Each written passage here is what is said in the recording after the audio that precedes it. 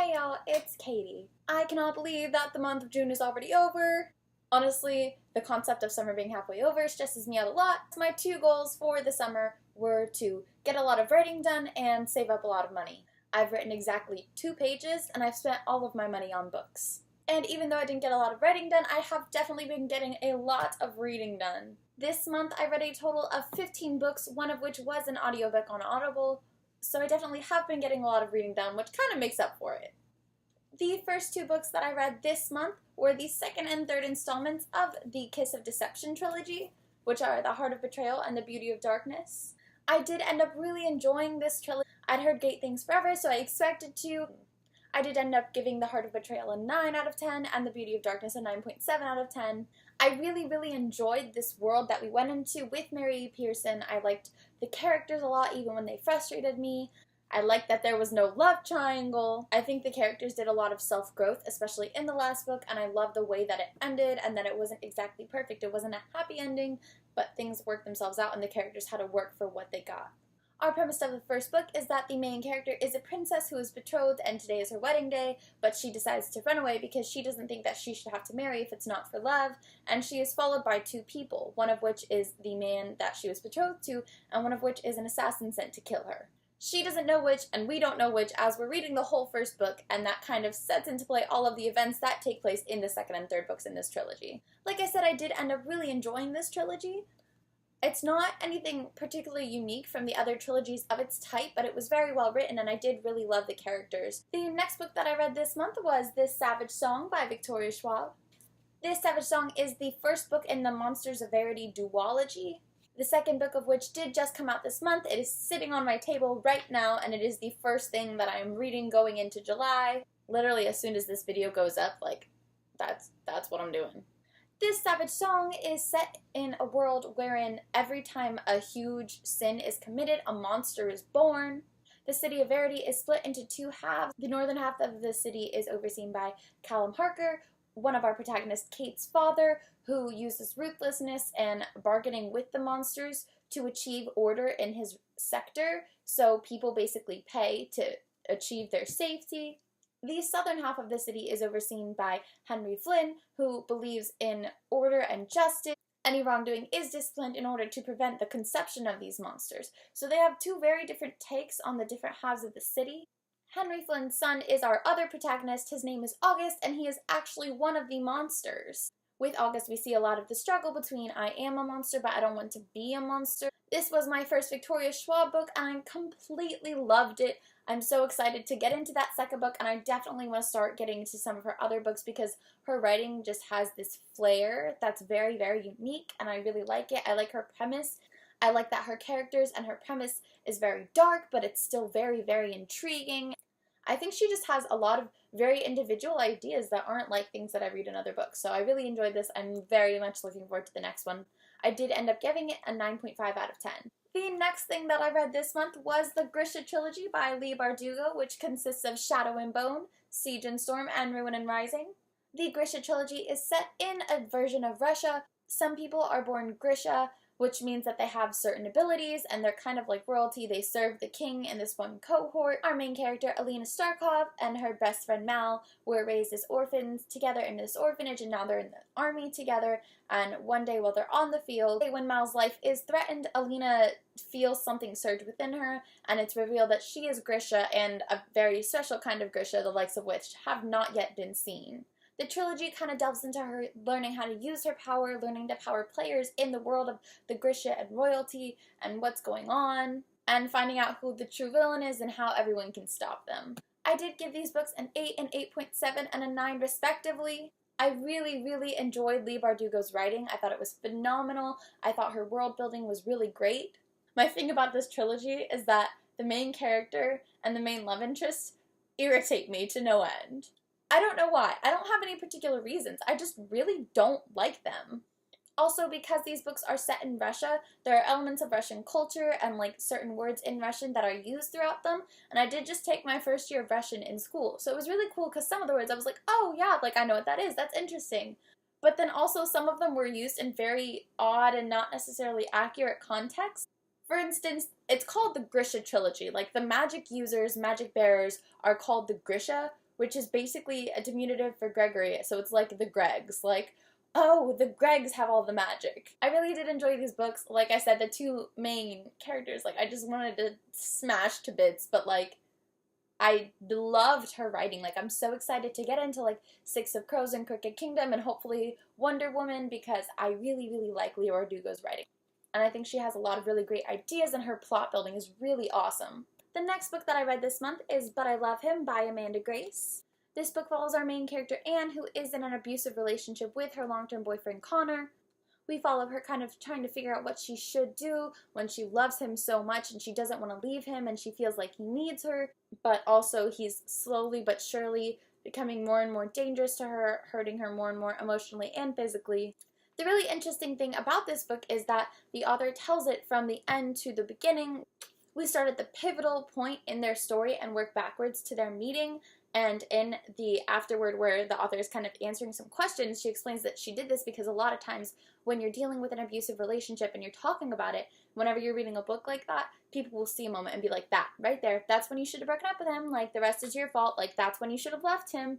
And she doesn't like that. She didn't want that to happen. So she wanted to tell it from back to front so that you could never say, oh, that's when you should have left. You could only observe and say, okay, this is what happened.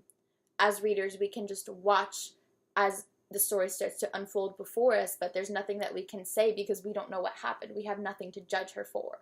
That aspect was totally brilliant because that is such a problem in real life and in literature with characters and people that are on the receiving end of abuse. They're so often judged or blamed. I think this book did a really great job of depicting that relationship. The next book that I read this month was Peter Darling by Austen Chant. This book follows Peter, who 10 or 12 years after leaving Neverland and returning to our world has decided to go back to Neverland because life in our world has just become too unbearable to manage. He had gone home and resigned himself to the agony of living as Wendy Darling because he loved his family and he couldn't bear to be separated from them. So even though they wouldn't accept him as the man that he knew he was, he decided to go back and live with them and resign himself to living as Wendy while knowing all along that he was Peter. As he got older, it was just too difficult, so he did choose to return to Neverland. Tinkerbell helped him to return, but when he gets back, things are very different. The battle with the pirates is more deadly. Romance starts to grow between him and Captain Hook, and they kind of have to find themselves before deciding if they can stay in Neverland forever, if they want to return to the real world, and what they're going to do long term. This book is an Own Voices novel, and I had a really great time reading it. This was actually the first book from a trans character's point of view that I've ever read, and I thought it was really eye-opening. It was a little slow for me to get into at first, but once I did, it got a lot better, and I did end up giving it a 9 out of 10 as well. I also really love the cover. It's a pretty short book, so definitely a one-day sit-down kind of read, and I really did like it. This font, though, it drives me bonkers. The next book that I read this month was Heartless by Marissa Meyer. This book is a kind of Alice in Wonderland Red Queen origin story. I've been hearing great things about this for forever. This is on so many people's like top 10 of all time list, and I just like all I hear are good things. So I was so excited to get this, and I did really enjoy it. I ended up giving it a 9.2 out of 10. I have to admit, because of all the hype, I felt a little disappointed because it didn't seem like anything extraordinary. It was a great book, don't get me wrong. I love the characters, I love the plot, and the writing was great. I love Marissa Meyer. It just didn't seem like anything particularly special because of all the great things that I'd heard about it. I think I expected much more than there was. We do follow Catherine, who wants to be a baker, but her mother wants her to marry the king and become the next queen of the town of Hearts. As she is kind of being courted by the king, she meets Jest, who is this joker from a mysterious land that she doesn't really know, and they kind of start to fall for each other, but it's a problem because obviously he's working for the king, who is in love with Kath. We follow Kath as she's kind of trying to escape this fate that's laid before her that she doesn't want, but also trying to decide what she should do, what she's able to do. Of course, we all know where the Red Queen ends up in Alice in Wonderland. Clearly, the ending can't be too happy. But it was so well written. I'm so glad that I finally did get around to reading it. I'd really like to reread it in the near future. I really did enjoy this book, though. Honestly, the only thing that bothers me is the size. Like, it's one of those too tall. Like, it's the size of a hardcover, but it's not a hardcover. The next book that I read this month was Bad Romance by Heather Demetrios. I did film a review for this book, which I will leave linked down below. I absolutely loved it. This is the second book that I did read this month, actually, dealing with an abusive relationship, and that's a genre that I have reached for a lot because that's just something that I find interesting and important to have good literature about. But this was the best interpretation of an abusive relationship that I've ever read. The cover's also really pretty. In this book, we follow Grace, who has this kind of whirlwind relationship with Gavin, and soon they're in love, but then things start to change, the dynamics start to change, and the way she's interacting with the people around her becomes different, as well as the way that Gavin is treating her. This book is kind of told looking back, so she's telling it as it was when it happened, but she's also slipping in comments, so we're kind of getting the acidic tone of someone who was saying like, oh, like I started falling so in love with you and I had no idea that this is what we would become, that this was how you would make me feel. I can't believe I ever thought, da-da-da-da-da. This book did such a great job of avoiding a lot of really harmful tropes and addressed a lot of really important aspects that affect abusive relationships, and I thought it was just so well done. Heather Demetrios acknowledges in her author's note that she was in an abusive relationship at one point, and I think that that definitely made her much more inclined to do such an accurate and perfect portrayal of one. It had a very blunt tone, which I think is really important in not romanticizing a book like this, and was definitely very refreshing because it was honest. It gave it less of a tragic feel and more of a harsh feel, which I thought was so important for this story. The next thing that I read this month was the Sarina Legacy, or the Of Poseidon trilogy, which does consist of Poseidon, of Triton, and of Neptune. I realized a couple weeks ago that I haven't read any mermaid books since the Emily Winsnap series in like the 3rd grade. So I got me some mermaid series, and this was the first one that I've gotten around to reading.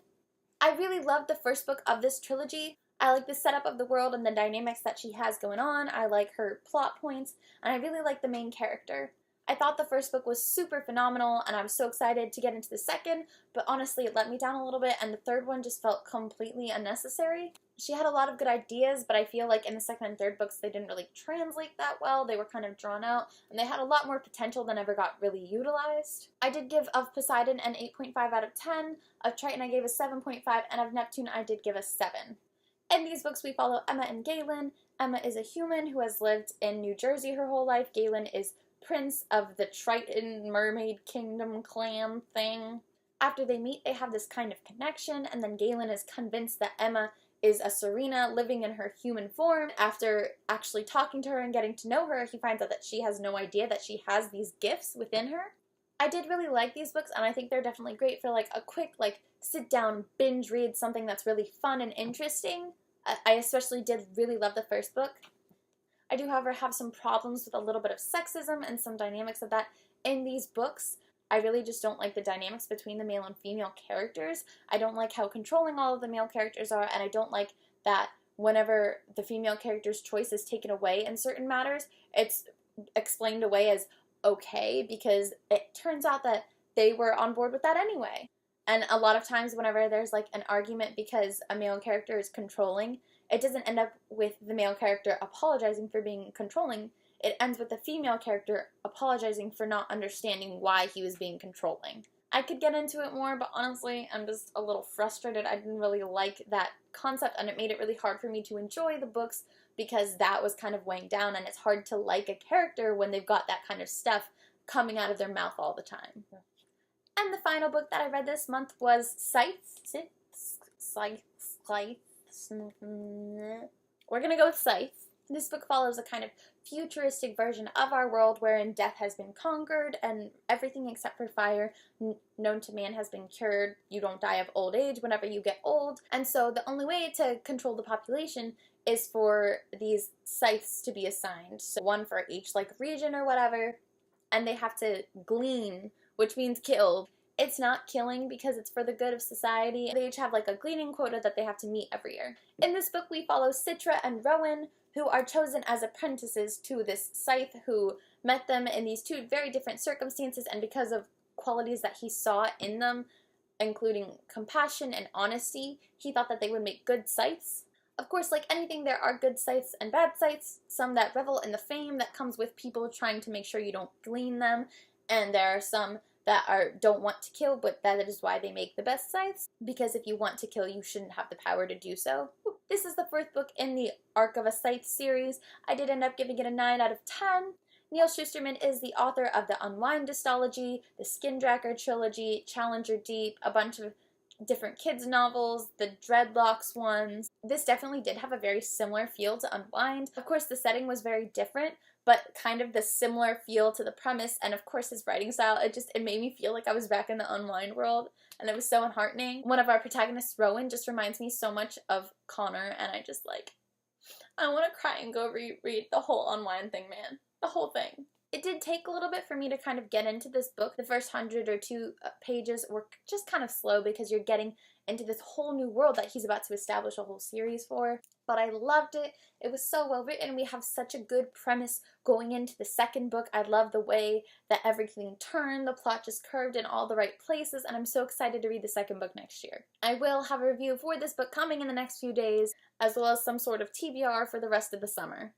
So that is all that I read for, oh my god, I skipped one. And the final book that I did read in the month of June was the one that I listened to on an audiobook from Audible, and that was Windfall by Jennifer E. Smith. Alice gets her best friend Teddy a lottery ticket for his 18th birthday, but when he ends up winning, things start to change. Teddy comes from a very poor family, so this kind of money is something like nothing in his life before, and in the way that people who are not accustomed to a lot of wealth do, he kind of goes a little crazy.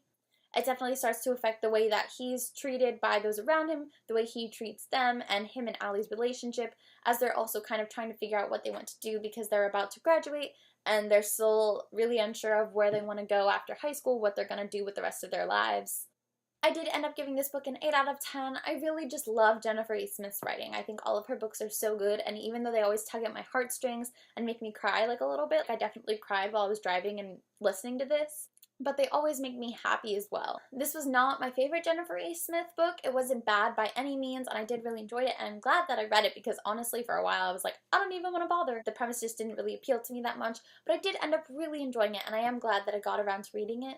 I really love the family-centered aspects of this. Jennifer E. Smith does a really great job of always tying that in. Like, the romance is there, but it's not the only thing that's important, and family dynamics and personal choices are always a big deal in her books, and this one definitely did not fail in that aspect. That was probably my favorite thing about this whole story. We definitely dealt with love and loss and all of these different things, in addition to the fact that Allie is in love with Teddy and he doesn't know it. I will say, though, I did not enjoy the narration on this audiobook that much. The narrator's voice was just kind of flat for me, and their intonation just didn't really do it as I imagined. Like, she would say something, and in my brain I would have to repeat it a different way because the way she said it, like, it just didn't click with my brain meaning-wise because it just didn't feel like it was spoken the way I felt it. That is all of the books that I read for the month of June. Thanks so much for watching. Whew. There will definitely be a summer TBR and a mid-year book freakout tag and lots of other stuff coming up soon, as well as hopefully a lot more book reviews because I have a lot. As you will see in my TBR, I have lots of books to read. Have a good one, y'all.